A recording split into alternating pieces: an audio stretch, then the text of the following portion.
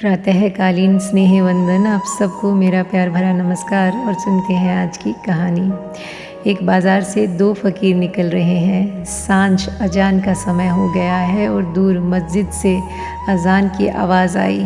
बाज़ार में बड़ा शोरगुल है। बाज़ार है, चीज़ें ली जा रही हैं, बेची जा रही हैं, नीलाम हो रहा है जैसे शेयर मार्केट हो। कौन जाने, बड़ा शोरगुल मचा हुआ है। वहाँ अजान सुनाई भी नहीं पड़ सकती, लेकिन एक फ़कीर ने सुन ली।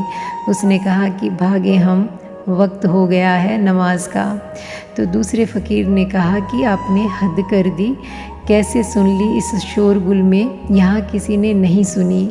यह भीड़ पूरे अपने काम में लगी है। लोग बेच रहे हैं, खरीद रहे हैं, दाम तय कर रहे हैं। यहाँ कौन सुनेगा अजान बाज़ार में? और मस्जिद बहुत दूर है। तो उस फ़कीर ने कहा कि जो भी तुम सुनना चाहो वह तुम सुन लेते हो। रात में माँ सोती है, तूफ़ान आ जाए, आंधी हो, बादल गरजें, बिजली कड़के, पानी गिरे तो सुनाई नहीं पड़ता। बच्चा थोड़ी सी आवाज़ कर दे, रोए, करवट बदले तो सुनाई पड़ जाता है। तो उस फ़कीर ने कहा, यह तो ठीक है, लेकिन कोई प्रत्यक्ष प्रमाण है क्या? तो उस पहले फ़कीर ने रुपए का एक सिक्का खीसे से निकाला और ज़ोर से सड़क पर गिरा दिया। तो खन की आवाज़, चारों तरफ से लोग दौड़ पड़े। बाज़ार का शोरगुल, वह रुपए की आवाज़ सुनाई पड़ गई। तो फ़कीर ने कहा कि देखते हो, ये सब यहाँ रुपए की तलाश में आए हैं। यह बाज़ार का शोरगुल ही काफ़ी नहीं है। रुपए की आवाज़ फ़ौरन सुनाई पड़ गई। जो हम सुनना चाहते हैं सुन लेते हैं, और जिसकी चाह है वह पकड़ में आ जाता है। चुनाव चलता है पूरे समय। तुम मुझे सुनोगे, तुम वही चुन लोगे जिसकी खोज में तुम आए थे।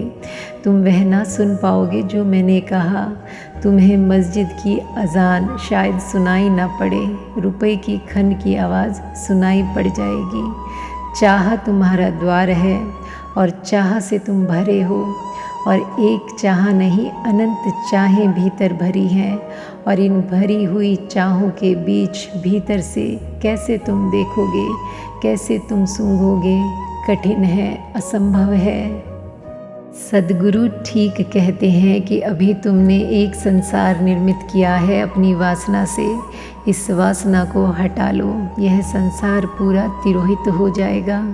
जैसे किसी ने पर्दा हटा दिया, यह संसार खो जाएगा और एक दूसरे ही संसार का उदय होगा।